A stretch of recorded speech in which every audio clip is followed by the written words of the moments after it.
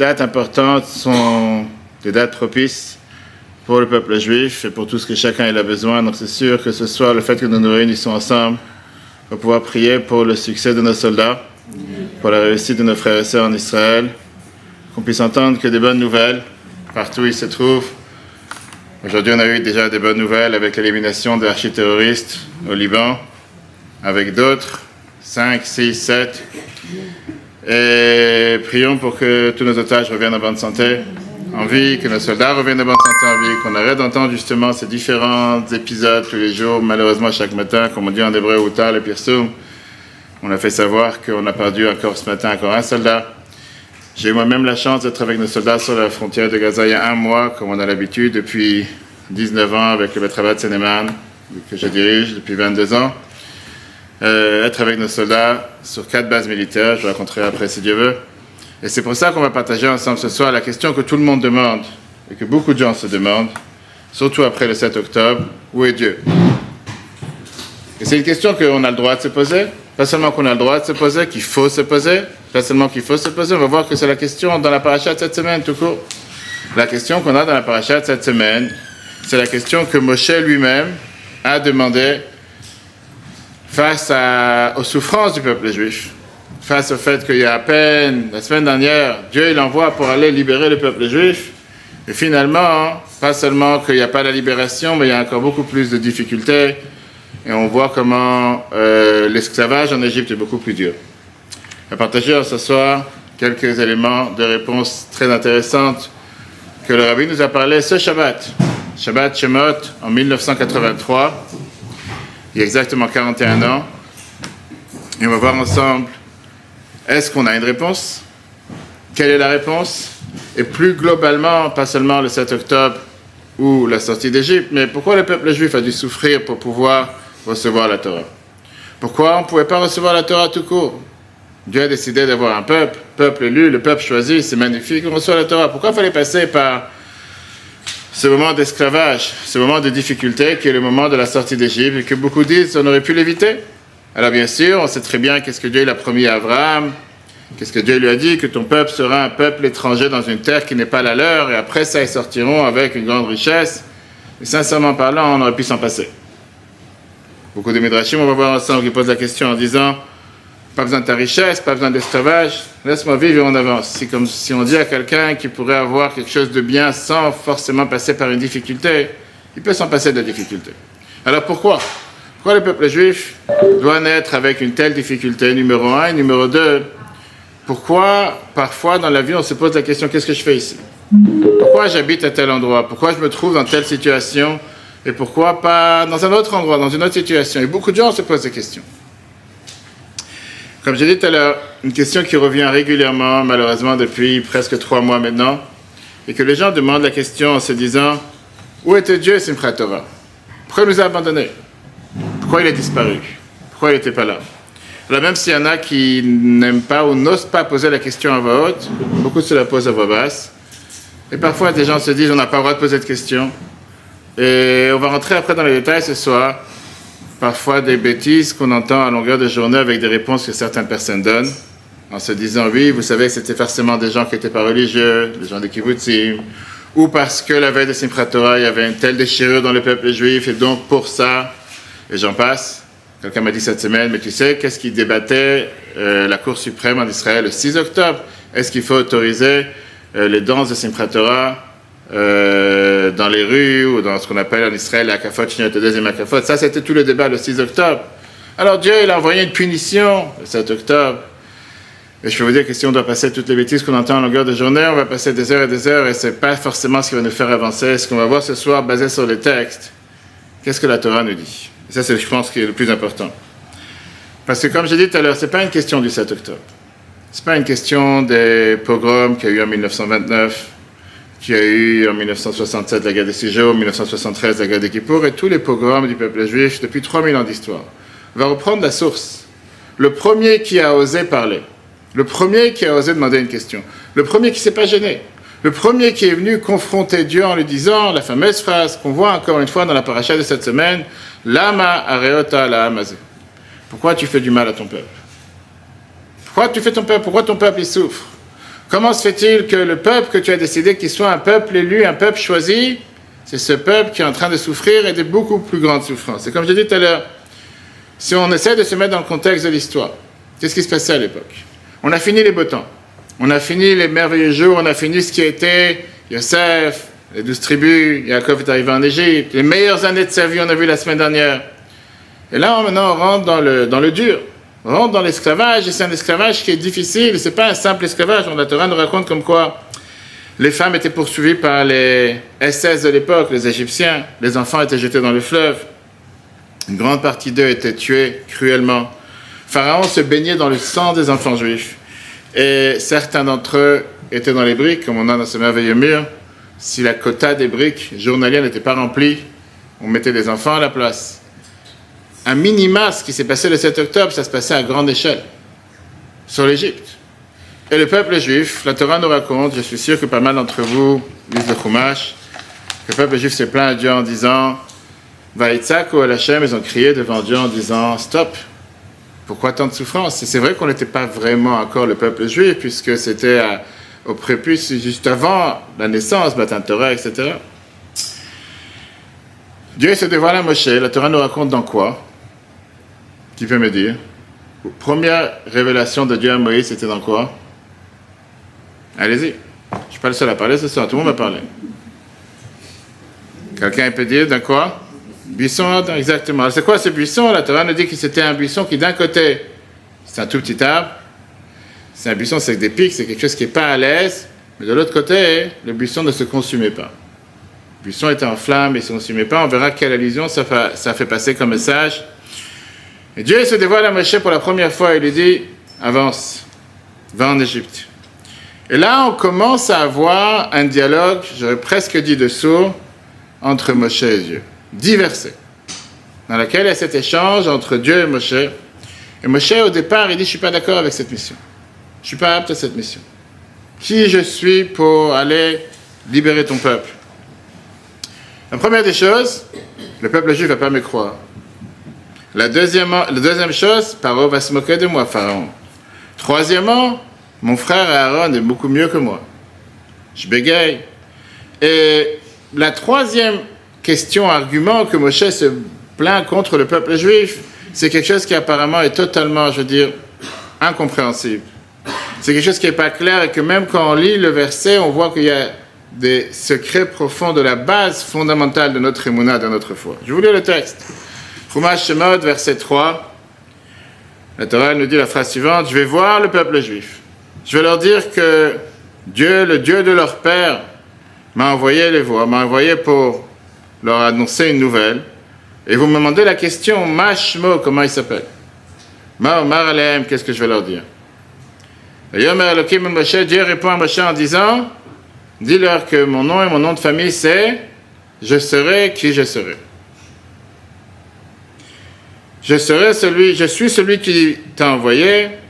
Et après la Torah continue en disant que Dieu il a dit à Moshe, Kotomar el bnei Israël, ainsi tu diras au peuple juif, Zeshmi leolam, ça c'est mon nom éternellement, mais Zézéchi le dehors, ils se rappelleront de moi éternellement. Je ne vous cache pas que quand quelqu'un vit dans les camps de concentration à Auschwitz, ou quand quelqu'un il est dans la mamad, dans ce qui était les abris, dans les kibbutzim, ou dans n'importe quel autre endroit, et qu'il y a les missiles qui tombent, et que quelqu'un vient le voir et lui dit, c'est maintenant le moment de sortir, il ne peut pas lui dire comment tu t'appelles, poids, taille, c'est quoi ton nom, prénom, carte d'identité. C'est vrai qu'on a vu que le 7 octobre, beaucoup se sont posé la question pour s'assurer que c'était bien Tzahal qui venait les voir et pas des autres. Mais qu'est-ce qu'on en a à faire, comment la personne elle s'appelle, ni où il habite, ni qui était son père, ni s'il vient du Maroc ou de Tunisie. L'essentiel, c'est quelqu'un il vient, quand quelqu'un vient sauver quelqu'un qui est en danger, on ne lui pose pas commencer à lui poser des questions pareilles. Et apparemment, cette question et cet échange qu'il y a entre Dieu et Moshe, ça n'a pas de sens. Qu'est-ce que ça veut dire que du Moshe il demande à Dieu en disant, ils vont me demander, qui est ce Dieu? Comment il s'appelle? Tu as sa carte d'identité? C'est pas une interrogation du KGB, c'est pas... Qu'est-ce que ça veut dire une question pareille? Et Moshe, il est préoccupé par cette question. Moshe dit à Dieu, Mahomar Alem, qu'est-ce que je vais leur répondre quand il me demande une question pareille? Le pire, c'est que Dieu donne une réponse, qui en réalité, qui n'est pas une réponse. On va voir après, mais Dieu lui dit, mon nom, et je serai qui je serai. Ça a répondu à quelque chose. Il a répondu à la question. Imaginez-vous, quelqu'un il tape à la porte, il y a un incendie, il y a un feu, il y a une tragédie, peu importe. Et quelqu'un il appelle les secours, il demande comment tu t'appelles, il fait je saurai qui je serai. Si jusqu'à maintenant il avait un doute s'il fallait ouvrir, là il est garanti qu'il ne faut pas ouvrir. Là il est garanti qu'il a affaire avec un fou à la porte. Il demande comment tu t'appelles, il veut savoir si c'est bien les secours qui sont venus. Et comme j'ai dit tout à l'heure, il n'y a aucun mot de ce dialogue qui fait réfléchir, qui est sensé. Premièrement, qui dit qu'ils vont demander comment Dieu s'appelle? Quand quelqu'un vient te sauver, la première question, tu es prêt à sortir, tu vas te sauver, tu ne vas pas commencer à me donner une question. Deuxièmement, on ne parle pas ici des étrangers qui sont venus du Soudan ou des, je sais pas, des Érythréens, on va savoir qui viennent de n'importe quel pays, qui ne connaissent pas l'hébreu, qui ne savent pas de quoi tu parles. On parle quand même du peuple juif qui sait quand même avec qui on a affaire. On a entendu parler de Dieu jusqu'à présent. Ce n'est pas la première des fois. C'est les enfants d'Abraham, Yitzhak, Yaakov, ils ont grandi sur la foi en Dieu. Comment ça se fait que Moshe, tout d'un coup, il est perturbé par cette question, comme s'il n'arrive pas à définir, il se dit, mais je ne peux pas aller avec cette mission parce que qu'est-ce que je vais répondre? Et quelle est cette réponse que Dieu dit, je serai qui je serai, ça c'est mon nom et ça sera mon souvenir éternellement. Ramban, Nachmanide, il vient, il nous dit qu'en réalité, le débat, ce n'était pas juste un débat de mots. Le débat, c'était plutôt par rapport à quel nom tu vas utiliser. Est-ce que tu utilises la Méter, la Medler, ou bien, on va dire, la marine? En deux mots, on sait très bien que Dieu, il agit avec plusieurs façons sur Terre. Il y a ce qu'on appelle le Shem Elohim, Elohim qui est le compte numérique 86, qui veut dire que Dieu, il agit dans les voies de la nature. Il y a le tétragramme qui est le Yud Kei Vav Kei qui est le compte numérique 26, que ça sert en général à miséricorde, avec lequel Dieu il agit, qui est plus haut que la nature. Donc le peuple juif allait demander à Dieu avec quel nom, avec quelle manière, avec quelle armée tu vas venir nous sauver, par quel moyen. Est-ce que ça va être surnaturel, dans la nature? Est-ce que c'est des miracles qui sont habillés dans la nature? Ça c'est quel chacun? Est-ce que Dieu il a dit à Moshe? Ou bien qu'avec la miséricorde qui est totalement au-dessus de la nature, avec des miracles dévoilés? Et Dieu lui a répondu, hey, qui en général reflète le nom, ce qu'on appelle le tétragramme, le nom de Yud Kei Vav Kei, qui est le 26, qui est le nom le plus élevé de Dieu. Et Nachmanide, il amène une autre explication de Rambam, dans le guide des égarés Maïmonide, comme j'ai dit tout à l'heure hier, c'était ça, il est là. Et il dit, il veut savoir, le peuple juif cherche à savoir qui tu es, comment te définir. Parce qu'ils essaient de comprendre qui est ce Dieu. Qui est ce Dieu? On va tout de suite voir comment le Rabbi nous explique ça il y a 41 ans. Qui est ce Dieu qui laisse ses enfants souffrir? Comment est-ce possible que jusqu'à présent on a de telles souffrances, on n'a pas entendu parler de lui? Tout d'un coup maintenant il y a une souffrance, on est en train de souffrir, on est en train de souffrir difficilement. Il s'est rappelé qu'on est là? Où il était hier? Où il était ce matin? La réponse que Dieu répond dans la Torah, hey Hachem veut dire je serai là avec eux tout le temps. Je suis avec eux alors que d'autres créatures parfois sont là, parfois elles ne sont pas là. Moi, je suis tout le temps, constamment avec eux. Ce sont de belles explications, Nachmanide, Rambam. Et sincèrement parlant, je ne pense pas qu'il y ait une personne ici convaincue de ces explications.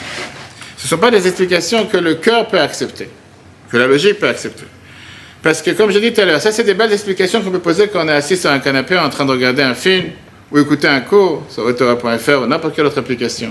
Mais quand quelqu'un est en train de souffrir, quand quelqu'un il est dans un mamad, quand il a le feu au-dessus de chez lui, ou quand quelqu'un a les missiles qui tombent sur la tête, ou quand quelqu'un il est, peu importe, dans les camps à Auschwitz, ou n'importe quelle autre tragédie qu'une personne peut souffrir, il ne commence pas à avoir un débat ici psychologique ou un débat mystique pour savoir si c'est tel nom de Dieu ou tel nom de Dieu, s'il va agir de telle manière, surnaturelle. Que Dieu nous en préserve quand quelqu'un est confronté à une épreuve, il cherche juste à pouvoir s'en sortir de cette épreuve. Il ne cherche pas à savoir comment tu t'appelles, qui est ta mère, d'où tu sors, comment... Ce pas des questions qu'on pose en général. On pense vraiment qu'après 86 ans d'esclavage, de souffrance, de difficultés, on pense vraiment que tout d'un coup va commencer un débat de théologie sur qui est ce Dieu. On sait vraiment que quelqu'un qui est dans une situation compliquée, c'est la seule chose qu'il a à comprendre, c'est la seule chose qu'il a à savoir, et Moshe il se met au niveau en disant qu'est-ce que je vais leur répondre, de quelle manière ils vont agir? Est-ce qu'ils vont essayer vraiment de comprendre de quelle manière Dieu il cherche à amener la délivrance? La seule chose qu'il demande, libère-nous, sauve-nous, sors-nous de cet enfer, sors-nous de cette souffrance, on ne veut plus rester ici. On ne peut pas commencer à débattre par quoi et comment. C'est celui qui a eu la chance d'être, j'ai eu la chance d'être avec le Rabbi des centaines de fois. dans les Farbrengen du Rabbi Shabbat, quand le Rabbi était réunissé, il y avait 5000, 3000, ça dépend des fois. Parfois 8000 personnes, Simchat Torah, qu'on peut voir ici dans la photo. C'était très poignant parfois, certains discours qu'on pouvait entendre dans toute la synagogue du Rabbi, le Seven Sematik, et je pense que certains d'entre vous ont visité, si ce n'est pas tout le monde, qui est très très grand, très très large. J'aurais dit 1000 fois plus grand que cette salle. Et c'est vrai que Shabbat, il n'y a pas de micro. Shabbat, il n'y a pas de micro. Et Shabbat, c'est difficile parfois d'entendre quelqu'un qui parle sans micro. Mais il y avait des discours que le Rabbi parlait tellement du cœur. Et qui criait, on voyait qu'il criait du plus profond de lui-même. Et que ça lui causait énormément de peine. Et en général, c'était sur la situation en Israël, quand il y avait des difficultés, des Juifs de Russie, ou différents autres sujets au niveau international, que n'importe quelle personne qui se trouvait dans les quatre coins de la synagogue pouvait entendre. C'était un discours, une question sur Rashi, sur Rambam. Ces gens qui étaient beaucoup plus proches entendaient, mais ceux qui étaient un peu plus loin, il fallait vraiment faire attention. Là, il y avait des discours qu'on entendait, le Rabbi crier du plus profond de lui-même. Et ça, c'est ce qui s'est passé ce Shabbat, en 1983. Shemot Hashem Gimel. Je vous ai amené le texte. Je vous ai amené le texte parce que c'est tellement frappant. Le Rabbi est quelqu'un qui a énormément souffert, personnellement. C'est pas quelqu'un qui n'a pas connu c'était quoi la douleur. C'est pas quelqu'un qui n'a pas connu c'était quoi la souffrance. On se prépare, quand je parlais avec Lina justement sur, dans quelques semaines, Yud Shvat, le jour que le Rabbi est devenu Rabbi il y a maintenant 74 ans. Le Rabbi est sorti des cendres de Auschwitz, après la guerre. Le Rabbi était en France, 1933, 1941. Il a perdu un frère qui a été tué par les nazis. Il a perdu son père qui a été exilé, qui a été emmené au Kazakhstan et qui est mort là-bas et qui est toujours enterré là-bas à Alma-Ata, Rabbi Levi Yitzhak. Lui-même, sa propre famille, aujourd'hui, le jour où on parle, le 21 Tevet, c'est le jour de la naissance de la sœur de la rabbinite Chayamushka, qui s'appelait Sheina. Sheina a été tuée à Treblinka en 1942, ensemble avec son mari. La famille du Rabbi a connu les souffrances, a connu les difficultés, a connu les misères. Et le Rabbi commence à expliquer ce Rashi avec d'énormes larmes, d'énormes pleurs, qui sort du cœur de ce qu'on appelle le rabbin chez l'Israël, le maître du peuple juif. Et le Rabbi, il explique justement cette question qui retentit à l'intérieur de chacun d'entre nous. Comme je dis, nous sommes tous humains. On a tous le droit de poser des questions. Et il y a des questions que certains osent poser à voix haute et certains ne veulent pas poser. Mais la réalité, c'est qu'on se pose.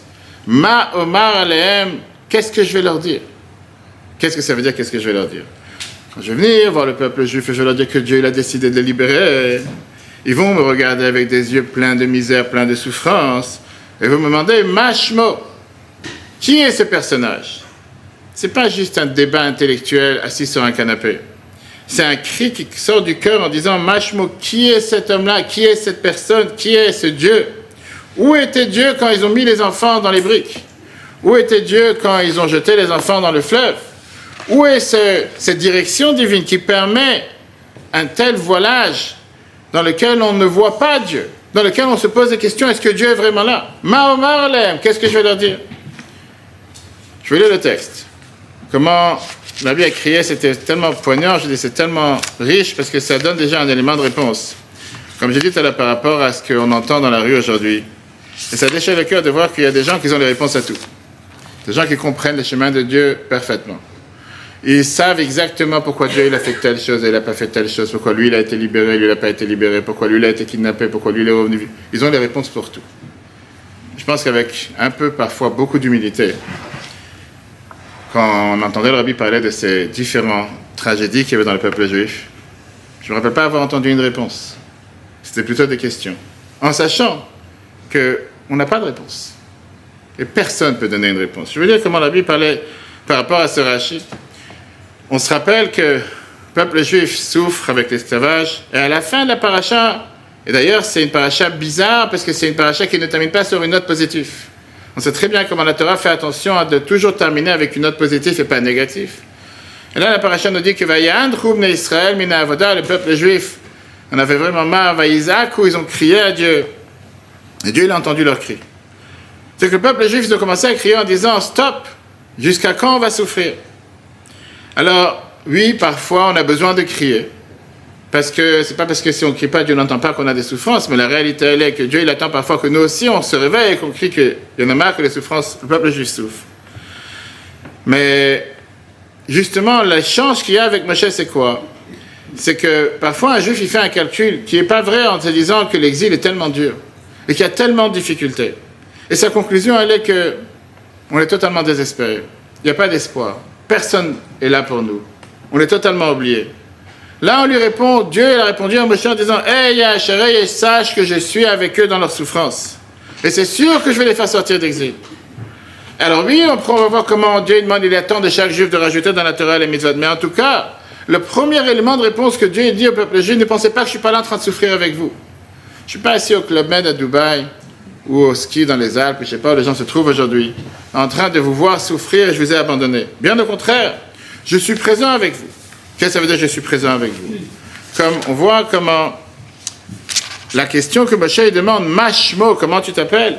Le peuple juif était au courant de qui est Dieu. Les noms que Dieu s'est présenté à Abraham, Yitzhak et Jacob, et ils savaient très bien qu'il y a un nom qui représente la miséricorde, qu'il y a un nom qui représente la difficulté. Tout ça, ils étaient au courant. Mais là, on parle d'une situation sans précédent dans l'histoire du peuple juif. On est maintenant presque à l'année 2448. Beaucoup d'entre vous étaient là. On est aujourd'hui en 5784. Et là, on a une situation dans laquelle tout le peuple juif est en exil. Dieu, il envoie Moshe pour les libérer. Le peuple juif va demander, Mashmo, qu'est-ce qui fait qui est là, c'est Dieu? Pourquoi? Parce qu'il se rappelle les promesses que Dieu il a fait à Abraham, qu'il a fait à Yitzhak, qu'il a fait à Jacob, je vais vous donner cette terre. La bénédiction que Yitzhak il a reçue par rapport avec son échange avec Avimelech. La bénédiction que Dieu l'a donnée à Jacob qui va le protéger. Ou Shmarticha bechol hachatela, tu seras protégé. Mais là, on parle d'une situation dans laquelle tout le peuple juif souffre. Il n'y a plus de protégés. Alors oui, certains vont dire, il y a la tribu de Lévi, mettons ça de côté pour l'instant. Le peuple juif en général est en train de souffrir. Et donc ils demanderont à Dieu, comment Dieu se comporte dans une telle situation? Je vous lis le texte, les mots que la Bible a employés ce Shabbat. La question Mashmo que le peuple juif demande vient exprimer l'étonnement du peuple juif dans la situation dans laquelle il se trouve. Moshe vient et leur dit, Elokei avotechem, le Dieu de vos pères, le Dieu de vos parents, Shlachani alechem, envoyé vers vous. Ça veut dire que Dieu, il se rappelle et il vous rappelle comme quoi je suis le Dieu de vos parents, vous êtes leurs enfants, les enfants des patriarches. Et néanmoins, Dieu nous a laissé être asservis d'être massacrés par les Égyptiens, de travailler avec des travaux forcés, 210 ans, 86 ans, on part dans les calculs. Et seulement après que Pharaon se baigne dans le sang des enfants juifs, la Bible dit en yiddish, des milliers d'enfants juifs ont été tués. C'est très bien qu'il y a un calcul, certains qui disent 300 000 enfants, dans lesquels Pharaon s'est baigné dans leur sang. Dieu il envoie Moshe pour annoncer les nouvelles que le Dieu du peuple juif, le Dieu des parents, va les faire sortir. Alors il dit à Simchat Gutraf, tout d'un coup on dirait qu'il faut danser de joie. 86 ans on souffre, et tout d'un coup maintenant il faut danser. Danser de quoi? Que Dieu a dit qu'il va maintenant nous faire sortir. Où il était jusqu'à maintenant ce Elokei avotechem? Où il était jusqu'à maintenant ce Dieu de nos parents? Plus que ça, quand il décide de nous faire sortir, c'est pas lui qu'on voit. Il envoie un envoyé, il envoie un émissaire, il envoie quelqu'un.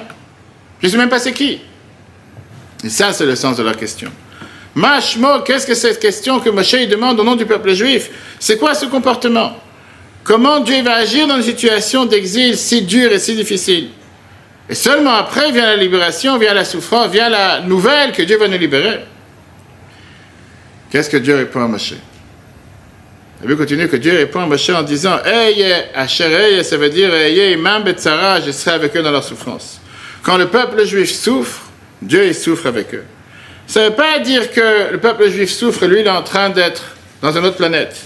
Il est en train de souffrir avec eux. Par quoi? La Torah nous dit Bechol tsaratam lo tsar. À chaque fois qu'un juif souffre, un de nos frères et sœurs souffre, Dieu souffre avec nous ensemble. C'est ce que la Torah nous dit. Shrinta begaluta, la divinité est en exil.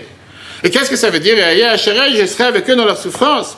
Que même en exil, Dieu il souffre. Même en exil, quand le fait que nous sommes en retard de près de 2000 ans d'exil, Dieu aussi il souffre. Ce n'est pas une situation normale, c'est une situation déréglée.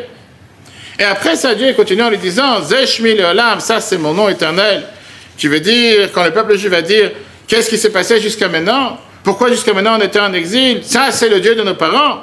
Comment il a pu laisser une telle situation se passer? Où était la miséricorde de Dieu?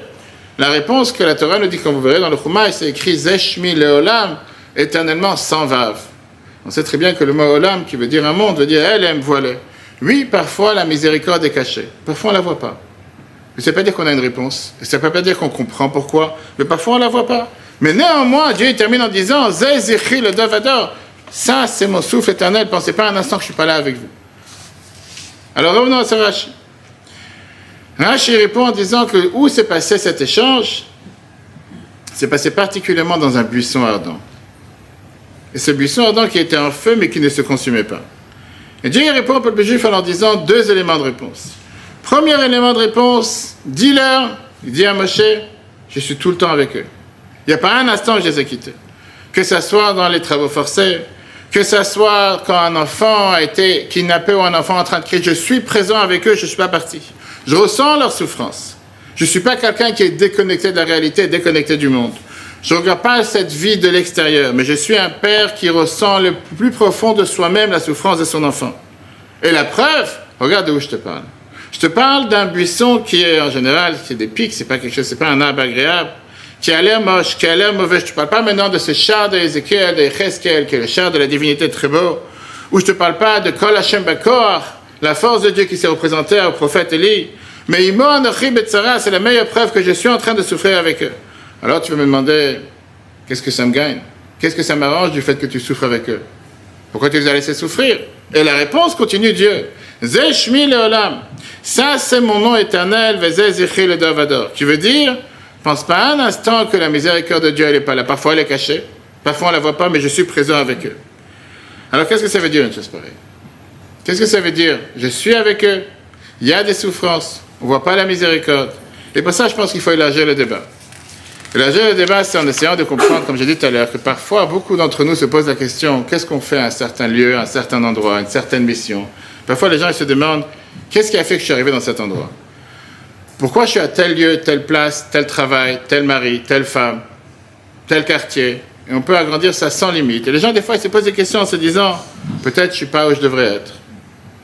La Gemara Psachim, page 54, nous dit que ça, c'est un des dossiers qui sont beaucoup plus grands que l'homme. Tu peux planifier ta vie du début jusqu'à la fin, du début du matin jusqu'au soir.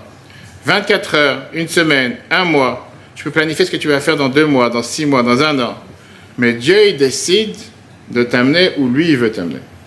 Il y a un Dieu qui gère cette planète. Et il gère cette planète à chaque instant. Est-ce que ça veut dire qu'il pour ça, il ne faut pas planifier? Faut. On a le devoir de planifier. On dit très bien tous les matins dans la prière, dans les brachot, Amechin, Metzadeh Gaver, que Dieu prépare les pas de l'homme.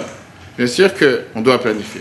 Mais si quelqu'un il pense un instant que moi j'ai décidé que je serai à telle place, tel lieu, tel endroit à cet instant, regardez ce que la Gemara nous dit. Shiva Dvarim Mechusim Me'adam, 7 choses sont cachées de l'humain. On ne connaît pas. On ne connaît pas le jour que notre mission sera terminée sur terre. On ne connaît pas le Yom HaNechama, on ne connaît pas le jour de la condoléance. Ve'eino yodea b'ma mistaker, et aucune personne sait comment il gagnera sa vie. Et on voit la preuve aujourd'hui avec combien de gens qui ont appris tant d'années pour un diplôme, pour un métier, et ce qu'on appelle aujourd'hui un très bon langage, la reconversion. Et les gens que tout d'un coup ils ont travaillé tant d'années dans un, tout d'un coup ils font quelque chose qui n'a rien, aucun rapport avec ce qu'ils imaginaient. Et les gens se demandent, mais comment est-ce possible? J'ai fait tant d'années pour avoir tel métier, que ce soit médecin, avocat, peu importe, et tout d'un coup je me retrouve à faire telle ou telle chose. J'ai pas du tout planifié, sans diplôme, sans rien, j'ai réussi beaucoup plus. Comme j'ai dit tout à l'heure, c'est une question générale. Et c'est une question qui est parfaite pour le début du Chumash Shemot qu'on vient de commencer.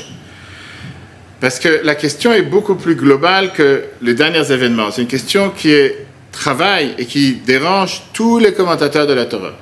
Pourquoi Dieu avait besoin de faire ce décret que nos ancêtres abandonnent la terre d'Israël et se trouvent en Égypte? Pourquoi Dieu devait faire en sorte que le peuple juif n'est pas né en Israël? Pourquoi Dieu devait faire en sorte qu'on soit né forcément en Égypte? Abraham, Yitzhak et Jacob, les trois ont dû quitter Israël pour aller s'installer en Égypte. Et la question, elle est, pourquoi, plus globalement, le peuple juif est né à travers des centaines d'années de souffrance, des centaines d'années d'exil? Ça n'a pas pu être depuis le départ. La vie est belle, sans aucun casse-tête, sans aucun ennui. Le titre qui a été donné pour le thème de ce soir, le chaos sur le chemin de la délivrance, c'est pas plus beau titre que ça. Parce que parfois, quelqu'un il peut aller dans une rue, dans un voyage, il peut conduire en se disant la route est droite, il n'y a aucun dodane, il n'y a aucun obstacle, tout va bien. Il peut même s'endormir aujourd'hui s'il a une Tesla ou n'importe quelle autre voiture électrique.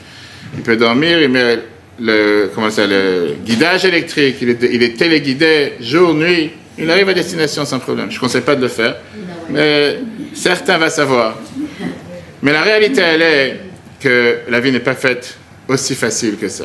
Et je ne pense pas qu'il y a une personne ici qui peut dire qu'il n'a pas rencontré à un moment ou à un autre une difficulté, une épreuve, que ce soit proche, une tragédie, ou même une difficulté qu'on ne peut parfois pas penser que c'est une difficulté. J'ai la chance d'être aumônier dans les hôpitaux et les prisons dans le 77.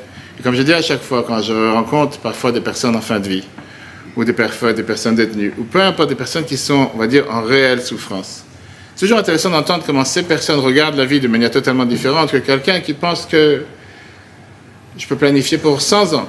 La vie est belle, il n'y a rien qui va stopper quoi que ce soit. Une des phrases qu'on dit dans la prière, c'est « Mipnei chataeinu galinu me'artzeinu ». À cause de nos fautes, on a été exilés. Belle phrase. Je ne sais pas de quelle faute on parle. Alors, beaucoup vont dire, c'est écrit dans la Gemara, la Torah elle te dit que la destruction du temple, c'était parce que le premier temple, parce qu'ils n'ont pas appris la Torah, le deuxième temple, par la haine gratuite. Ok. Perso, je n'étais pas là il y a 2000 ans. Je ne sais pas si quelqu'un parmi vous était, mais je ne sais pas ce que ça veut dire. Ça veut dire quoi? Que parce que quelques juifs ne s'aimaient pas, pour ça il faut détruire le temple? À tel point, la maison de Dieu. Ça veut dire que le jour... Je n'ai pas entendu. Quelqu'un dit quelque chose? Allez-y. Est-ce que peut-être quelqu'un est d'accord avec ça? Je ne sais pas. Ça veut dire quoi? Parce que deux juifs ne s'aiment pas, pour ça. Et je reprends ça par rapport à l'actualité. Quand on entend des gens dire, vous savez, le peuple juif était tellement déchiré il y a quelques mois. Ils ne se parlaient pas entre eux, il y avait des manifestations à Tel Aviv, il y avait ci, il y avait ça, et ça a fait que ça mérite que 1400 personnes se fassent tuer, déchirer, brûler, violer, découper. Qui peut dire une chose pareille? Qui peut dire que Dieu, c'est quelqu'un qui attend, juste avec un bâton, presque la charia, ou peut-être la même chose, de se dire que, maintenant qu'ils ne sont pas parlés entre eux, maintenant qu'ils ne sont pas d'accord sur un sujet, maintenant je vais les frapper, ils vont s'en rappeler. Qui dessiner ou essayer de mettre un visage que ça, c'est ce que la Torah appelle Dieu, un Père miséricorde, Avarachaman, qui est Rachum Vechanoun, qui est miséricorde, et que nous sommes son fils aîné. Le peuple élu, le peuple choisi, ça c'est ce qu'on fait à son fils. Je pense que tous ceux qui ont ici des enfants, pas parce qu'un enfant ne se comporte pas comme il faut que Dieu nous en préserve, lui faire 1% de ce qui s'est passé, que ce soit en Égypte, que ce soit le 7 octobre, que ce soit toutes les autres difficultés que le peuple juif a pu passer. Alors de là à venir et dire c'est une punition de Dieu. Regardons cette semaine la parashat Shemot. Aucune punition, je veux dire aucune faute s'est passée avant cet exil. Est-ce que quelqu'un peut montrer une seule faute qui s'est passée avant l'exil de descendre en Égypte avec les esclavages qu'il y a eu en Égypte? Quelle faute s'est passée à l'époque? Avant l'esclavage en Égypte?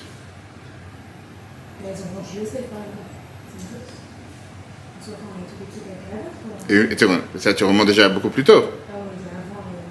Alors, ils ont vendu Yosef. Et comme ils ont vendu Yosef, pour ça, il faut que tu aies... Combien de personnes sont sorties d'Égypte? Combien de personnes sont sorties d'Égypte? Pas combien sont rentrées. La semaine dernière, on a vu 70. Combien ils sont sortis? 600 000. Combien? Elle dit 600 000. Dites plus. N'hésitez pas. Combien vous dites? 600 000 hommes, les familles. Combien au total? Allez-y, n'avez pas peur, c'est pas noté. Alors, 3 millions. 3 millions sont sortis. Ça veut dire que parce qu'on a vendu Yosef, il faut que tu aies plusieurs millions, disons 600 000, peu importe, de juifs qui souffrent avec tout ce qu'on a entendu, et l'esclavage, etc., parce qu'ils ont vendu Yosef. La vérité, je pense que... En fait, avec Joseph, jamais il serait parti en Égypte, et jamais il aurait cette histoire, ils ne vont pas remonter à... Mais j'allais dire, je suis sûr que tu connais la paracha qu'on a lu Shabbat dernier, dans laquelle ils viennent et ils demandent à Yosef en disant, on s'excuse, et qu'est-ce que Yosef répond? Heureusement que vous avez fait ça, comme ça je suis devenu l'espoir. Pas seulement ça. Je pense que tu oublies la phrase essentielle, c'est que Yosef, il leur dit, si vous pensez que c'est vous qui m'avez vendu, c'est pas vous qui m'avez vendu, c'est Dieu qui m'a envoyé. Pourquoi? Parce que Dieu m'a envoyé ici pour vous faire vivre. Ça veut dire que la Torah nous dit qu'au contraire, je pense, prends le problème à l'envers. Et le Rabbi parle de ça de manière tellement belle en disant que s'il n'y a pas eu ce moment précis dans les 3 semaines, dans lequel un jeune délinquant juif qui est en prison, qui va voir 2 terroristes, qui va voir 2 agents du KGB, qui va voir 2 agents de qui tu veux, des antisémites, il n'y a pas plus grand que chef et chanson, chef boulanger de Pharaon, et qui leur demande un matin pourquoi tu fais la tête. Madoua pnechem raim ayom. Et ils disent qu'on a eu des mauvais rêves hier soir. Et la vérité, je peux te dire que je pense qu'un jeune juif de 17 ans, ou là il avait déjà 29 ans, il ne se prend pas la tête à voir ce qui se passe avec les autres détenus, surtout quand c'est des antisémites pires que lui, que ses copains l'ont mis en prison. Mais cette question qu'il leur a demandé, ça a changé l'histoire. Parce que grâce à ce qu'il leur a demandé, ce qui est parti, il leur a demandé pourquoi vous faites la tête. Ils leur ont dit les rêves. De ça, il a expliqué les rêves. De ça, ils sont sortis. De ça, Pharaon a demandé. Et tout ça enchaîné. Donc au final, comme tout orchestré par Dieu. Donc maintenant, je reviens à la question que j'ai demandé tout à l'heure. Hein? L'esclavage aussi. Ça n'existait pas Dieu. Alors c'est ce qu'on est en train de demander. Pourquoi cet esclavage? Ça, c'est ma question. Il n'y a pas eu quelle faute on peut pointer du doigt en disant ils ont fait telle faute et pour ça ils ont un tel esclavage. Est-ce que quelqu'un peut me dire une faute qu'ils ont fait? Pour ça ils méritent un tel esclavage? Une telle punition? Madame, vous, je vous pointe du doigt, vous voyez? Dites-moi. N'ayez pas peur de prendre la parole. Je veux dire, on vit avec ça toute notre vie, tous les jours. Le pauvre. On lui met tous sur son dos, le pauvre. Mais comment? C'est-à-dire quoi? Parce qu'Adam Arishon a mangé, le pauvre, il a mangé d'une pomme qu'il fallait, une pomme pour certains qui disent c'est une pomme ou une raisin, ou peu importe, un fruit qu'il fallait pas. Pour ça, le peuple juif doit souffrir éternellement. Stop. Il y a un moment, il faut dire stop à la bêtise. Je dis, on ne peut pas souffrir éternellement à cause de ça. Et donc, je dis, si on essaye de pointer du doigt, une faute, il n'y a pas de faute. Il n'y avait absolument aucune faute. Pas une faute, mais une raison. Alors, c'est ce qu'on va voir ensemble. Donc, pour ça, je dis, quand quelqu'un était dit qu'on était en exil, Dieu l'a détruit le temps parce qu'il y avait la destruction, parce qu'il y avait la haine gratuite, on n'apprenait pas la Torah. Ok, même ça, c'est pas forcément comme on le dit. Je pense qu'il faut comprendre l'Agmara. On ne peut pas dire parce que deux juifs ne se parlaient plus, un beau-frère avec une belle-sœur, ça y est, Dieu va détruire le temple. Ou comme les gens ils disent, ah tu vois, puisqu'il y a 3 mois, il y a 6 mois, les juifs ne se parlaient plus, ils étaient les uns contre les autres, la gauche et la droite, les laïcs et les religieux. Pour ça, Dieu il envoie le massacre du 7 octobre. Quel rapport? Mais là, quand on parle de 200 ans, avant même qu'ils sont nés ceux qui allaient descendre en Égypte, et même pas encore ceux qui vont aller en Égypte. Et Dieu il dit déjà à Abraham, sache que ton peuple sera exilé dans une terre qui n'est pas la leur. Et ils vont être asservis et ils vont souffrir, etc. Ça veut dire que c'est un décret qui est tombé du ciel, avant même qu'on soit au courant de quoi que ce soit. Et tout homme normal qui réfléchit se pose la question. Pourquoi? Où est la justice? Qu'est-ce que ça veut dire de jeter les patriarches de leur terre dans une terre étrangère pendant 210 ans et 86 ans d'esclavage avec une telle souffrance? Allons plus loin. Quand on parle de l'exil en Égypte, toute la Torah, je parle maintenant du Pentateuque, le Chumash, se passe en dehors d'Israël. Toute la naissance du peuple juif se passe en dehors d'Israël. Sur 54 parachiotes, 54 sidrot qu'il y a dans tout le Chumash, seulement 7,5 se passent en Israël. Je vous les citer. Lech Lecha, Vayera, Chaesara, Toldot, Vaishlach, Vayeshev, Miket et la moitié de Vayigash. On enlève ces 7,5 parashiot, sidrot, toute la Torah se passe en dehors d'Israël. Le peuple juif a quitté Israël. Quand est-ce qu'il retourne? Une fois que Moshe est parti de ce monde, à la fin de la Torah, avec Yeshua. En 2 mots, le peuple juif est né en dehors d'Israël. Toute l'existence du peuple juif, la naissance du peuple juif, tout était en dehors d'Israël. Regardons comment commence la paracha, le premier mot, la première lettre. C'est quoi le premier mot de la paracha de cette semaine?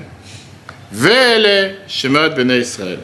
Vele, ça veut dire et voici les noms du peuple juif. C'est très bien qu'il y a un sens, la Torah ne prend pas un mot pour rien. Et beaucoup de commentateurs te disent, comment se fait-il qu'il n'y a pas un autre chumash qui commence avec un vav au début? C'est que dans la grammaire hébreu, le vav au début d'un mot veut dire, vient aussi se joindre au mot précédent, ou au sujet précédent, ou à l'histoire précédente. Là, c'est comme si on ne commence pas de nulle part, on a une suite. Vel et voici. Qu'est-ce que c'est et voici? Je commence un nouveau chumash, c'est le premier mot, je ne sais pas ce qui se passe avant. Mais on commence comme si on continuait la suite. Surtout que, comme on mentionnait, comment tu t'appelles? Hana. Si j'attache ce « et voici » avec la semaine dernière, c'était une autre période. On était dans un autre cas de figure, on était dans la période dans laquelle Yosef était le roi, Yosef dirigeait le peuple juif. Yosef dirigeait la planète, il dirigeait l'Égypte, le superpower qui existait à l'époque. Et là, on parle maintenant d'un peuple, comme Rashi nous dit tout au début, un peuple qui ne connaît pas Yosef, un pharaon qui ne connaît pas Yosef. Donc il n'y a rien d'attachement, il n'y a rien de lien avec la paracha précédente. Vient le Chaim, Chaim Yosef Ben Attar, il donne une réponse importante. Il te dit qu'en réalité, l'exil qui a commencé cette semaine, c'est la suite directe de ce qui s'est passé la semaine dernière. C'était pas juste, je veux dire, comment on appelle ça, une erreur dans la planification du peuple, la planification du monde, mais au contraire, ça faisait partie de la planification divine vers lesquelles les patriarches et les tribus, les 12 tribus ont marché pendant 200 ans. En commençant depuis l'alliance que Dieu il a fait avec Abraham, on savait depuis le départ que ça, c'était le destin. Une femme qui tombe enceinte sait très bien, elle n'en doute pas une seconde, qu'au 9e mois, elle devra passer un accouchement. Et je ne pense pas qu'elle se fait des films en disant que Dieu va faire en sorte que l'enfant il va sortir de quelque part sans aucune souffrance, avec l'épidural, avec tout ce qu'on veut. Tout va se passer de manière magique. Le Mashiach sera là, si Dieu veut, peut-être des choses seront différentes. Mais comment Dieu il a fait le monde, c'est très bien qu'une femme qui tombe enceinte, elle sait que au 9e mois, si Dieu veut, cet enfant va sortir, va être vivant de manière totalement indépendante, et il faudra passer par un moment difficile. Nous, on l'a su depuis le départ. On savait qu'avec ça, le Rachaim répond à la question pourquoi la Torah commence à te dire les noms des peuples juifs quand ils sont sortis en Égypte. On les a parlé la semaine dernière, on les connaît déjà les noms. On sait très bien qui étaient les 12 tribus, etc. Mais pour te dire que hey, les Shemot, Abaïm, Mitzrayim, c'est quoi les noms de ceux qui arrivent en Égypte? Ils savaient très bien vers où ils vont. C'est pas comme Esav qui s'est enfui, qui n'est même pas arrivé ici. Tout d'un coup arrive en Égypte un nouveau roi.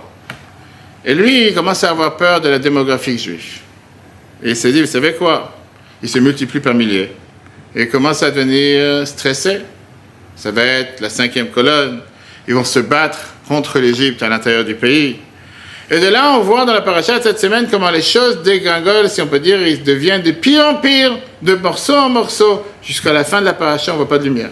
Ça devient de plus en plus noir. Et c'est pas pour rien que le Rabbi il appelait cette paracha plusieurs fois paracha de Galout, la paracha de l'exil. Si on peut dire, c'est la paracha la plus noire de tout la Torah. Après, on commence à s'en sortir la semaine prochaine. Mais cette semaine, tous les versets de la paracha, un après l'autre, c'est une défaite après une autre. Comme j'ai dit, cette paracha, elle ne termine même pas avec une note positive, alors qu'on a l'habitude en général de terminer avec une note positive. Elle termine avec la fameuse question que Moshe dit, pourquoi tu fais du mal à ton peuple? Midrash Rabbah, chapitre 26, verset 1, dit que ce qui est intéressant avec les 3 libérateurs du peuple juif, qui étaient le trio de Myriam, Aaron et Moshe, viennent refléter 3 différents décrets que le peuple juif a subis en Égypte. Pharaon, il a commencé d'abord avec le décret des travaux forcés sur les hommes. Pourquoi? Il s'est dit qu'avec ça, ils vont perdre l'envie de vivre. Avec ça, ils vont perdre vouloir être heureux. Ils vont arrêter de se multiplier. Et ça, c'est le décret qui a illusionné dans le mot Myriam, que Myriam vient illusionner le mot Vaïmareru et Trayem, ils ont rendu amère leur vie. Quand ça n'a pas marché, et ils ont continué à se multiplier, Pharaon il a décidé de faire une deuxième étape, qui a été de tuer les enfants à la fin de la grossesse, à la fin de la naissance. Ça, c'est illusionné dans le mot Aaron. Aaron, ça vient du mot Erayon, qui veut dire une grossesse. Une fois que les femmes, sages-femmes, n'ont pas joué le jeu avec Pharaon, il a décidé, les enfants qui sont déjà nés, on va les noyer. Et ça, c'est illusionné dans le mot Moshe, qui minamaim meshitiu, parce qu'il a été repêché de l'eau. Et comme ça a duré pendant 86 ans, avec des centaines de milliers d'esclaves qui sont totalement massacrés, affaiblis, et des milliers d'enfants tués. Et comme j'ai dit tout à l'heure, la question que tout le monde demande, où était Dieu à ce moment-là? Pourquoi être exilé dans une autre terre? Pourquoi avoir passé par tout ce processus? Et ça, c'est pas ma question, c'est la question que le Alcher, qui est un des commentateurs de la Torah, demande sur la paracha. Ma asa Hashem kacha lagdoshim asher ba'aretz seima. Pourquoi Dieu il a fait se comporter d'une telle manière avec ces gens si pieux, avec ces gens si saints? Pourquoi il a laissé souffrir le peuple juif 210 ans avec les briques, avec le ciment? Ma pisham ou ma chatatam, quelle était leur faute? Dieu ne peut pas penser, craindre un instant, soupçonner qu'il va faire une telle chose sans aucun jugement. Qu'est-ce qu'ils ont tellement fauté? Ces gens-là, ils ont fait des choses tellement mal. Il y a un autre midrash, en Shemot Rabbah, chapitre 5, verset 22, qui te dit que ça, c'était le cri même de Moshe, la Mahareota, en disant « Pourquoi tu fais du mal à des gens qui n'ont rien fait de mal ?» Et encore une fois, je répète, qu'on veut attacher ça avec la situation actuelle, c'est pas parce que quelqu'un n'a pas parlé avec son voisin pendant 1 mois, 2 mois, 3 mois, qu'il mérite que Dieu nous en préserve une telle punition ou une telle tragédie comme il s'est passé le 7 octobre.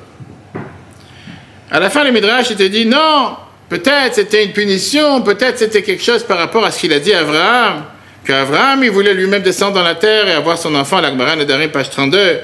Mais la question, elle est que ça n'a rien à voir avec Abraham. Ça, c'était des centaines d'années après qu'Abraham est parti. Et surtout que quand Dieu il lui dit « Va'avadoum ve'inu otam », ils vont les asservir, ils vont les faire souffrir, on n'entend pas Abraham se plaindre. Ce fameux Abraham qui défend des gens de Sodome et Gomorrhe. Ce fameux Abraham qui prend la défense des gens qui sont les plus mauvais sur terre, du Hamas de l'époque. Qu'Abraham il s'en prend à Dieu en disant « Si j'en trouve 50, si j'en trouve 40, si j'en trouve 30, peut-être si j'en trouve 10, essaye de faire en sorte de ne pas les tuer. » Alors ce n'était pas forcément des tzadikim. Ils étaient loin d'être des gens pieux. Là, tout d'un coup, quand Dieu dit à Abraham, tes descendants seront des étrangers dans une terre qui n'est pas la leur. Et ils vont être asservis, et tout d'un coup, Abraham, il accepte comme si rien, tout à fait normal. On est bien obligé de dire que ce n'est pas une punition. Ça fait partie d'un processus et c'est la manière par laquelle le peuple juif doit naître. Et la question, elle est pourquoi? Pourquoi parfois des gens doivent arriver dans un endroit qui se disent, mais qu'est-ce que je fais ici? Pourquoi Dieu m'a placé dans tel endroit? C'est la fameuse histoire qu'il racontait avec le grand rabbin d'Angleterre, Jonathan Sachs, décédé il y a quelques années, il était grand rabbin d'Angleterre pendant 22 ans. Et il raconte toujours comment en 1962, il est parti rencontrer le rabbi en audience privée. C'était un jeune étudiant à Cambridge, université en Angleterre. Il avait beaucoup de questions de foi. Est-ce qu'il y a un Dieu sur terre, la Emouna? Il est parti rencontrer le rabbi, il s'est posé la question, il est parti voir plusieurs personnes importantes aux États-Unis pour avoir des réponses. Jusqu'à ce qu'en rencontrant le rabbi, il est parti en lui demandant la fameuse question, des questions qu'il avait. Et là, le rabbi l'interrompt, le rabbi lui demande, dis-moi qu'est-ce que tu fais pour les Juifs à Cambridge, université en Angleterre. Et lui, il raconte, tout celui qui l'a entendu, c'était quelqu'un qui était des meilleurs orateurs dans le monde. Il dit, je ne suis pas venu ici pour qu'on m'interroge, je suis venu moi poser des questions. Moi, j'avais des choses qui me dérangeaient. Je ne m'attendais pas du tout à ce que ce jeune rabbin, en 1962, vient, il commence avec sa barbe grise, il faut voir comment il décrit. Il vient et commence à me poser, mais qu'est-ce que tu... J'ai dit, vous savez, monsieur le rabbin, dans la situation dans laquelle quelqu'un se trouve, et là, le rabbin l'arrête. Il voulait dire en 2 mots, vous savez, à Cambridge, 1962, qu'est-ce que vous voulez que je fasse? Savoir, les juifs, les étudiants, c'est pas vraiment pour ça que je suis à l'université. Le rabbin, il dit, personne ne se trouve dans une situation. De la même manière que tu t'es mis dans une situation, tu peux te mettre dans une autre situation. Si on approfondit encore un point plus avant de passer à la réponse, de la même manière qu'on ne comprend pas pourquoi on est arrivé en Égypte, on ne comprend pas une autre chose.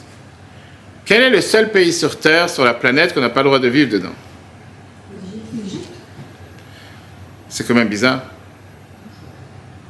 Pourquoi on n'a pas le droit de vivre en Égypte? Pourquoi la Torah nous a interdit de vivre en Égypte? Qu'est-ce qu'il y a tellement mal? Qu'est-ce qu'il y a de tellement mal à l'Égypte? Personne n'est parti voir les plages à Sharm el-Sheikh, je ne sais pas, dans le Sinaï. Alors oui, c'est vrai qu'aujourd'hui, on s'est finalement rendu compte que le rabbi a toujours crié pendant des dizaines d'années que cet accord soi-disant de paix avec l'Égypte, ce n'est pas un accord de paix. Comment on s'est rendu compte que tous les armes que le Hamas a et qu'on découvre tous les jours par nos soldats, encore aujourd'hui à Khan Younes, ils sont tous passés par l'Égypte, qui sont officiellement nos meilleurs amis. Mais pourquoi on n'a pas le droit de vivre dans ce pays-là? Il n'y a pas d'autres pays sur Terre qui ont été beaucoup plus durs avec le peuple juif. Pourquoi juste l'Égypte? Et le Midrash dit plus que ça. Qu'à chaque fois que le peuple juif a essayé de s'installer dans un pays comme l'Égypte, à chaque fois ça a fini par des catastrophes pour le peuple juif. Par ça que la communauté a été totalement éradiquée de ce pays. On parle de l'Égypte. Au départ, c'était avec la ville Alexandrie en Égypte, qui était sur le nom d'Alexandre le Grand, au temps du 2e temple. Était créée une énorme communauté juive avec des centaines de milliers de personnes. Dans la fameuse grande synagogue d'Égypte que la Gemara Souka, page 51b, nous dit, celui qui n'a pas vu quelle était cette synagogue qui existait en Égypte à l'époque, n'a pas vu quelle était la gloire du peuple juif. Et la Gemara Souka te dit que la synagogue était tellement grande qu'on n'entendait pas le chazan, on n'entendait pas l'officiant dans la synagogue.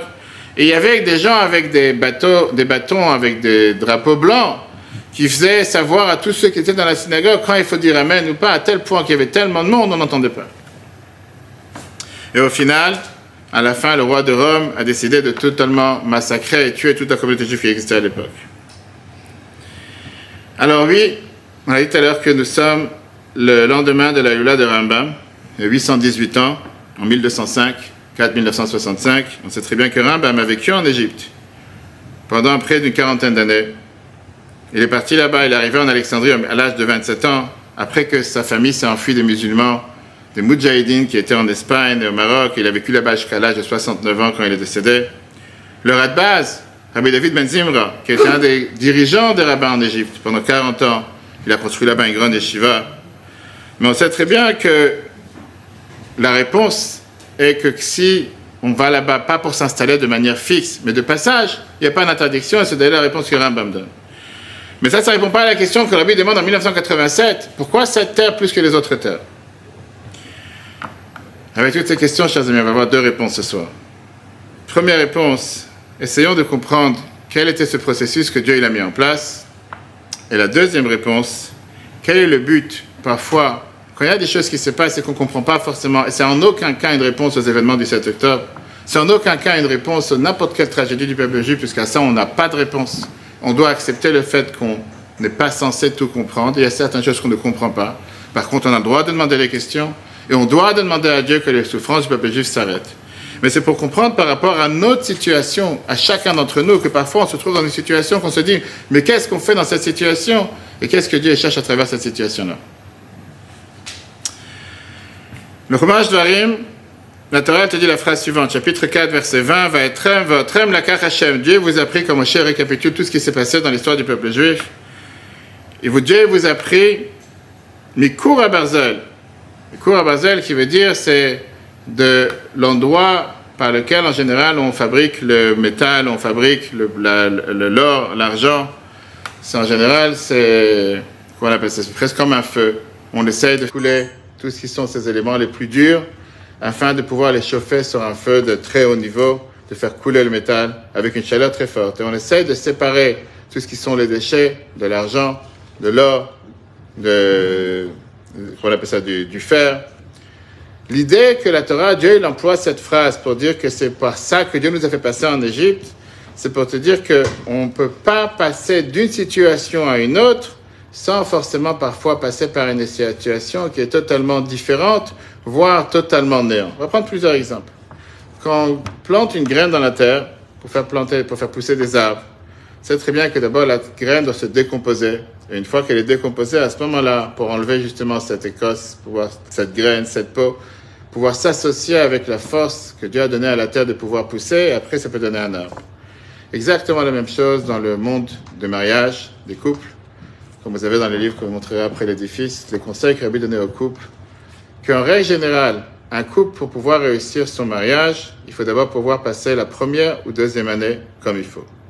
Une fois que les fondations sont comme il faut, il est garanti plus tard, si Dieu veut, de pouvoir réussir. Il faut savoir tenir les premières années. Parce que les premières années, c'est dans lesquelles il peut y avoir le plus de difficultés parfois, avec le plus de tempêtes.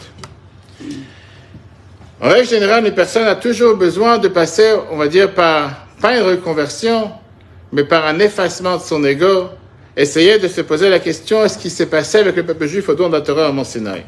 Parce que par nature, on est tous attachés à nos propres besoins, à nos propres désirs. Et le but de l'esclavage en Égypte, c'était de donner naissance au peuple juif qui n'était pas né jusqu'à présent. Et donc le peuple juif devait commencer à se poser la question, pas qu'est-ce que j'ai besoin, mais qu'est-ce qu'on a besoin de moi? James Ross Kennedy, le président américain, avait une fois dit au peuple américain, a demandé à tout le monde, il est temps de se poser la question, pas qu'est-ce que ton pays peut faire pour toi, mais qu'est-ce que tu peux faire pour ton pays.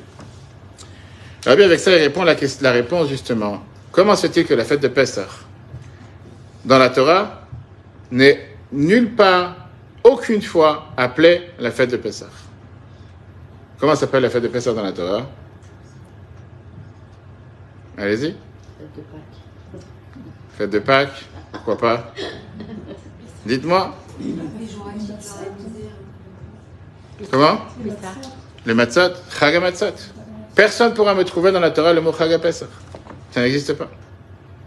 Pas d'accord? Tu peux dire non? D'accord. Le sage nous dit c'est bizarre. La Torah ne l'appelle pas avec un autre nom. Comment est-ce possible une chose pareille? Les Chachamim ont décidé de changer. La Torah l'appelle Chag HaMatzot et nous on l'appelle Chag HaPesach.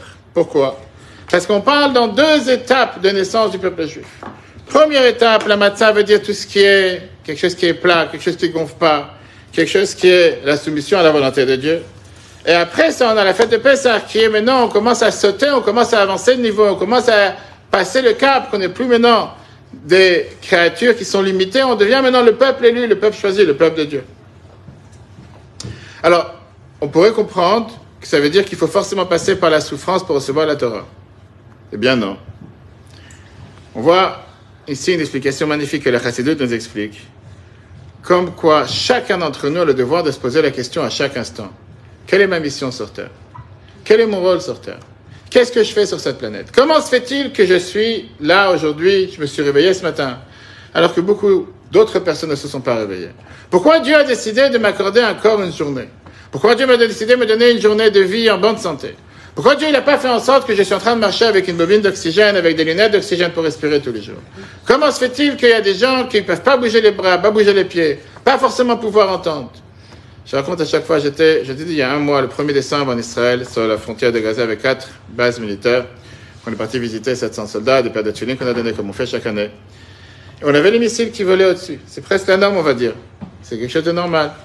C'est vrai que si on pense un instant qu'il y a des missiles qui tombent sur Charenton une fois, je ne sais pas qu'est-ce que les gens vont réagir, mais c'est tellement important de ne pas regarder le point noir qu'il y a sur la feuille blanche.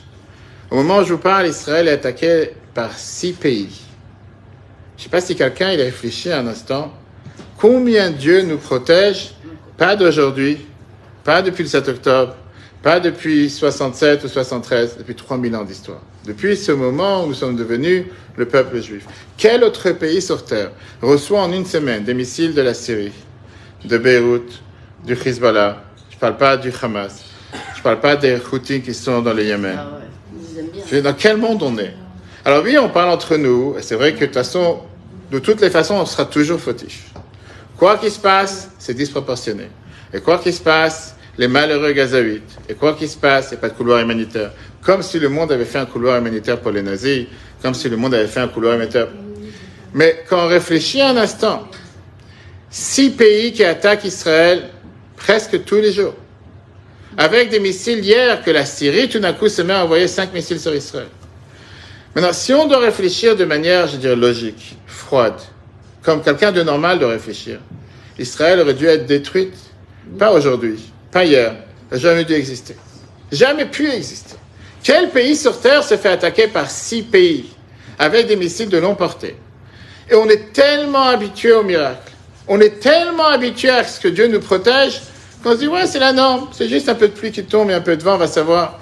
Alors je vous dis, de mon expérience il y a un mois, j'étais avec les soldats, c'était dans la Machane Yiftach, c'est une base militaire qui est juste sur la frontière de Gaza, j'étais avec ma femme, et on savait très bien que les missiles tombaient, et on est avec les soldats. Les soldats nous ont dit, dès qu'on entrait dans la base, que si jamais il y a les missiles qui arrivent, il faut aller dans la Migounite. Migounite, vous savez, c'est ce bloc que vous avez en ciment, dans lequel on est officiellement protégé.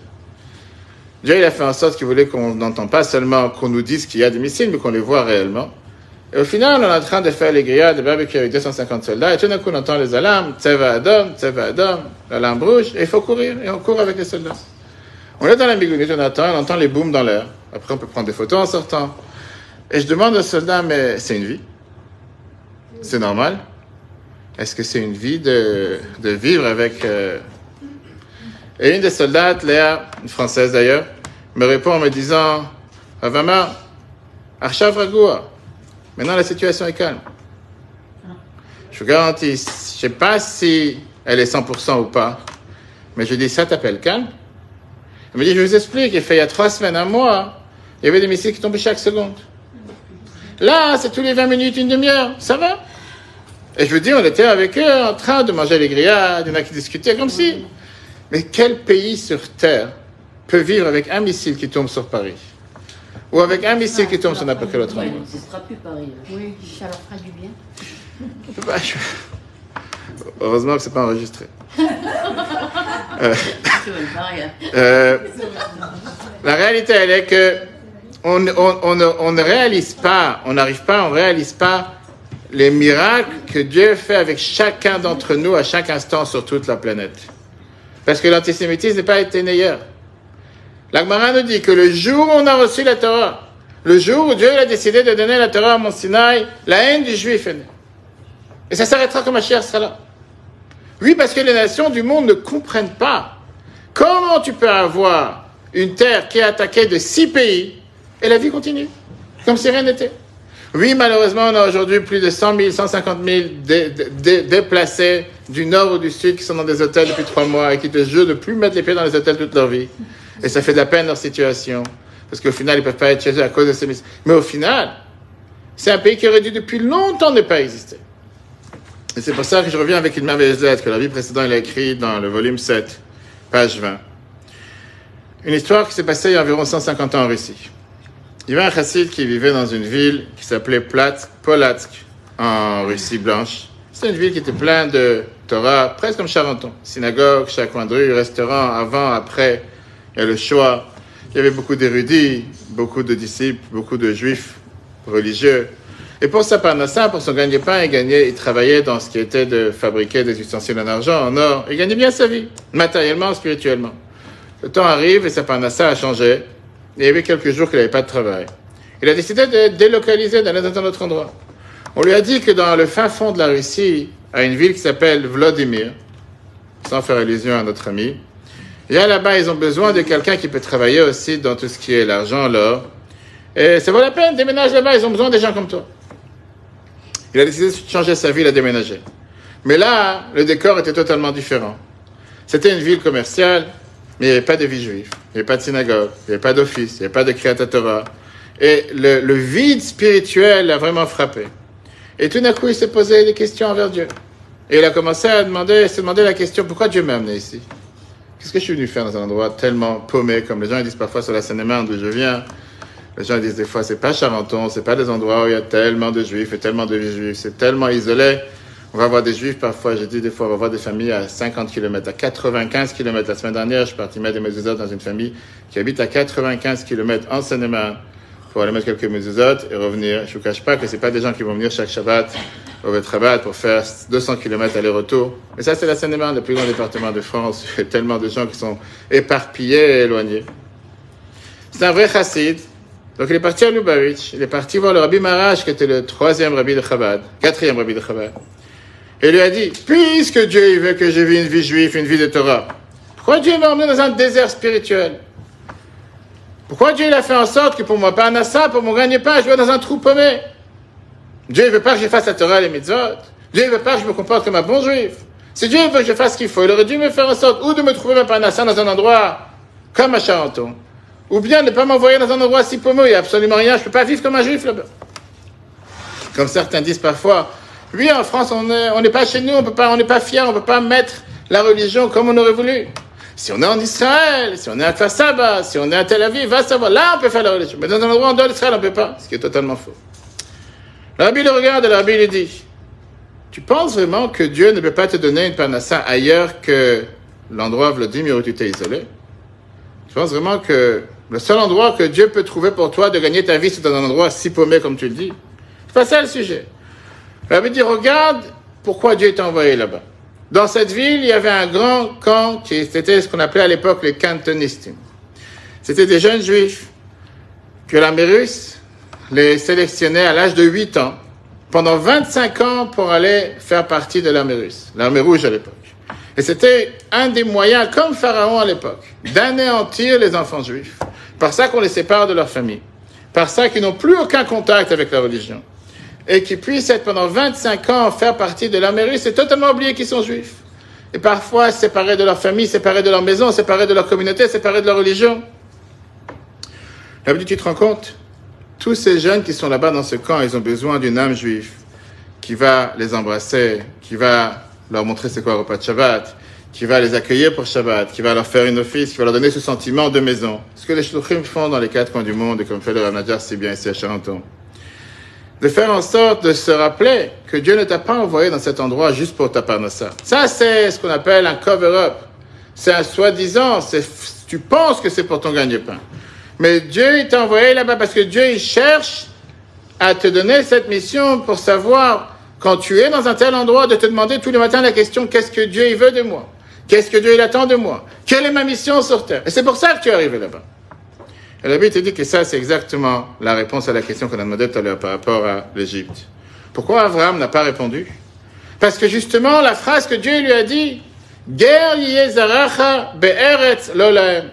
Ta descendance sera un étranger dans une terre qui n'est pas la leur. Qu'est-ce que ça veut dire? Pourquoi Dieu l'a pas dit clairement en Égypte? Parce qu'ici est caché le secret de la mission que Dieu a prévue pour le peuple juif. Parfois, on est envoyé dans une terre qu'on pense que c'est pas la nôtre. Parfois, on est envoyé dans un endroit qu'on pense qu'on n'a rien à faire là-bas. Mais en réalité, Dieu nous a donné cet endroit parce qu'on a une mission à faire dans cet endroit. Parce que dans la vie, on a 2 types de vies. Il y a les vies qu'on choisit pour soi-même, et il y a ce que Dieu a décidé pour chacun d'entre nous. Il y a ce que la Hashgacha Eliona, il y a ce que la providence divine a décidé, que, à part le fait d'être un homme ou une femme, un parent, quelqu'un qui cherche, qui a un travail, on fait partie du peuple que Dieu a créé sur terre. Des pions que Dieu il a choisis, chacun d'entre nous, à rendre ce monde un monde meilleur, à faire de ce monde que ce soit un monde dans lequel illumine la divinité, règne la divinité sur terre. Et ça, c'est la réponse justement pourquoi on n'est pas en Égypte. Parce qu'en Égypte, il y avait tous ces étincelles divines qu'il fallait réparer, qu'il fallait élever, qu'il fallait ramener à leur source. Et une fois que le peuple juif les a fait, il n'y a plus aucune raison pourquoi être en Égypte. Et c'est pour ça qu'on n'a plus lieu de mettre les pieds là-bas. Parce que le travail a déjà été fait dans cet endroit-là. Et c'est pour ça que c'est le seul endroit pourquoi Dieu a décidé que le peuple juif n'a plus rien à faire, mais avant qu'on quitte l'Égypte. Il s'est passé un autre épisode. Dieu demande au peuple juif d'aller demander à tous ses voisins égyptiens tous les ustensiles en argent, les ustensiles en or, avant de partir. Imaginez-vous un instant que les Juifs qui quittent les camps d'Auschwitz, ils vont voir les Allemands en leur disant « on voudrait avoir les ustensiles en argent, les ustensiles en or ». La seule chose qu'ils ont dans la tête, c'est de partir. Pourquoi Dieu cherchait à comprendre toutes ces choses-là? Le peuple juif avait le devoir de transformer cet or et argent qui leur était totalement dû pour toutes les années d'esclavage et construire avec ça le temple. Et c'est avec ça qu'on a construit le temple, le tabernacle dans le désert, après le temple et les 2 temples. Ça a commencé depuis la sortie d'Égypte, mais ça continue jusqu'à nos jours. Si on regarde notre peuple, on est le seul peuple de l'histoire qui est le peuple le plus mobile sur Terre, avant même que les portables existent. Il n'y a pas un peuple qui a été aussi mobile que le nôtre. Les Chinois, ils habitent en Chine, Français en France en général. Les Juifs habitent partout. Il n'y a pas une terre où il n'y a pas de Juifs. Et je l'ai rajouté aujourd'hui, il n'y a pas une terre où il n'y a pas d'Israéliens. Il n'y a pas un coin du monde où il n'y a pas d'Israéliens. Des fois, tu te demandes, ils sont partout sauf en Israël. Des fois, quand tu parles avec des shluchim dans les 4 coins du monde, tu as des shluchim qui ouvrent des Bate Chabad juste pour Israël, dans les 4 coins de la planète. Mais c'est pas possible. Si tous ces Israéliens ils auraient été en Israël, tu n'aurais eu pas 9 millions d'habitants en Israël, tu aurais eu 20 millions, 30 millions. Ils sont partout. Et avec ça, on a la population qui fait même pas 0,02% de l'humanité. Quand les gens étaient dit, mais c'est pas possible, c'est juif. Combien de pourcentage de prix Nobel ont été pris par les juifs et combien par le reste de l'humanité? Comment se fait-il qu'ils sont partout? On dirait que c'est le peuple le plus grand de l'humanité, qui se trouve absolument partout. Mais le symbole juif éternel, c'est justement de pouvoir se dire comment Dieu nous a délocalisés dans les 4 coins de la planète. Même quand on s'est dit non, on est arrivé dans un endroit, on a totalement fini le travail de cet endroit, Dieu dit, t'inquiète pas. Après ce travail dans cet endroit, c'est un travail dans un autre endroit. Notre devoir, c'est de réparer chaque endroit qui se trouve dans la planète jusqu'à la venue de Mashiach. Et donc, au final, c'est pas une punition. C'était en aucun cas une punition. C'était pas seulement pas une punition, c'était une mission que Dieu a donnée au peuple juif.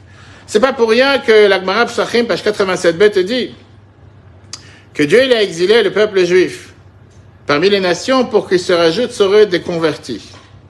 Mais le Rabbi t'explique qu'en 1961, on ne parle pas seulement de guérim convertis au sens propre du terme. On te parle des étincelles divines qui sont éparpillées dans les 4 coins du monde, que chacun d'entre nous a le devoir de révéler. Par ça qu'on fait une bénédiction avant de manger, par ça qu'on met mezuzah à une porte, par ça qu'on fait Shabbat dans un endroit, par ça qu'on transforme tout le matériel en spirituel, qui est la nouveauté de Matan Torah. Avec ça, justement, le Ari Akadosh répond pourquoi on ne retourne pas en Égypte. Parce qu'un juif n'a rien à faire dans un endroit où les étincelles divines ont déjà été réparées, ont déjà été révélées. Et puisqu'il n'y a plus rien à faire en Égypte, pour ça on ne retourne pas là-bas. Chers amis, je voulais terminer avec un dialogue qui s'est passé avec une femme. Parce qu'on m'a dit que c'était un public féminin. Une femme les plus connues de l'histoire, qui s'appelait Esther. On va voir si Dieu veut la prochaine fête, la fête de Purim. Le fameux décret de Haman. Le décret de Haman de ne pas tuer seulement les Juifs dans les kibbutzim, pas tuer les Juifs en Europe, pas tuer les Juifs en Afrique, mais tuer tout le peuple juif partout où il se trouve en 24 heures. Il n'y a jamais eu un tel décret. La seule et unique fois qu'on a un tel décret. Mordechai va voir Esther et il supplie Esther d'aller voir son mari, lui demander pitié, lui demander pardon, lui demander de pardonner le peuple juif, de faire en sorte que le décret saute. Et Esther dit que je ne peux pas faire une chose pareille. Pourquoi? Parce que ça fait 30 jours que mon mari ne veut pas me voir. J'espère qu'il n'y a pas ici parmi nous un couple dans lequel une femme et son mari ne se sont pas vus pendant 30 jours. 30 jours parce qu'il y a eu un tel décret. Et ça, c'était à l'époque comment les gens vivaient. Elle a dit, je ne peux pas rentrer dans son bureau comme ça sans permission. Et là, il se passe quelque chose de bizarre. Mordechai répond de manière la plus dure à Esther, sa nièce, sa cousine, en lui disant, ne pense pas que tu peux te sauver de ta mission, de ta tâche. Parce que si tu vas te taire, si tu ne vas pas agir, Dieu va trouver le moyen de sauver le peuple juif. Il n'a pas besoin de toi. Toi et la maison de ton père, vous allez être perdus. Presque une menace. Et la dernière phrase, qui sait si ça, c'est pas la raison même pourquoi tu t'es marié avec un tel roi, non juif. La Bible qui te dit, je comprends pas. Ça, c'est une manière de parler. Tu menaces comme ça avec mort. Et pas seulement ça, les deux questions, pourquoi il lui fait peur? Pourquoi il lui fait peur et pourquoi elle essaie de répondre de manière logique? C'est pas qu'elle veut pas le faire. Elle dit, je risque ma vie. Si je veux le voir et j'ai pas la permission, il va me tuer. Pourquoi répondre avec méchanceté? Et qu'est-ce que Mordechai dit avec la fameuse dernière phrase, au milieu d'air, qui sait si c'est pas la raison même pourquoi tu es dans ce palais? Comme s'il n'est pas sûr. Il aurait dû le dire, moi je te dis que ça c'est la raison pourquoi tu es dans ce palais. Dans le Fabringen de Purim 1962, le Rabbi a donné à ça une merveilleuse réponse, qui vient récapituler tout ce qu'on a vu ce soir. Et le Rabbi dit que Mordechai lui répond en disant à Esther, personne ne peut te donner la réponse pourquoi tu es placé où tu es.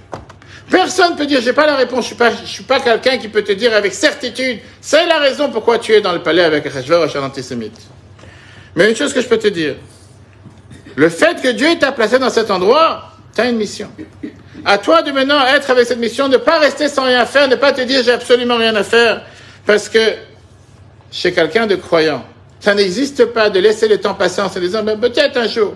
Si Dieu t'a placé ici aujourd'hui, il a quelque chose à faire, il y a une mission que seul toi tu peux la faire et personne d'autre. Parce que si chacun de nous, quelqu'un aurait été en trop, on n'aurait pas été là aujourd'hui. Et donc chacun d'entre nous a le devoir de se dire, dans ma carrière, dans l'appartement, dans le logement, dans la ville, dans l'endroit, dans le lieu où je me trouve, il y a une mission sur terre. Et combien on a vu des histoires avec des gens qui ont dit Rabbi qui sont à l'hôpital pour un problème de santé. Rabbi dit à chaque fois, est-ce que tu penses que c'est le problème de santé pourquoi Dieu t'a envoyé à l'hôpital? Certainement que tu vas rencontrer là-bas des autres juifs, que tu dois leur faire une mitzvah, que tu dois leur mettre de filim, que tu dois leur mettre de tzaka. Une fois que tu auras fini ta mission dans cet endroit, tu vas pouvoir quitter cet hôpital. Et donc dans la vie, parfois on passe tellement d'événements. On passe tellement d'épisodes. Beaucoup d'entre eux ne comprennent pas pourquoi on est là-bas. Mais la chose la plus importante, de se dire de faire le maximum qui dépend de nous, matériellement et spirituellement, pour transformer ce monde en monde meilleur, en remplissant la mission que Dieu nous a donnée. Que Dieu fasse que nos frères et sœurs en Israël continuent à être protégés. Que le peuple juif dans les 4 coins du monde où on se trouve, on soit protégé. Ne pas douter un instant du fait que Dieu est présent parmi nous à chaque instant. Ne pas douter un instant que Dieu nous protège comme il les a protégés jusqu'à présent. On le voit tous les jours. Le 7 octobre, si on a eu des dizaines de milliers de miracles, on découvre tous les jours de plus en plus. Et le fait que une telle tragédie s'est passée comme à travers les derniers 3000 ans de notre histoire, j'ai pas de réponse. Je ne connais pas quelqu'un qui a une réponse. Mais comme on vient de voir dans la paracha de cette semaine, quand Moshe a posé la question à Dieu au début des temps, Dieu il a clairement dit, ne doute pas un instant que je suis présent pour vous. Et que Dieu continue à être présent avec le retour de tous les otages en bonne santé. Les soldats qui soient protégés en bonne santé, qui réussissent à éradiquer le mal sur les 4 coins de la planète, pas seulement en Israël. Que le peuple juif soit protégé partout où il se trouve et qu'on puisse se voir avec Mashiach très rapidement. Le cours sera en replay sur etora.fr.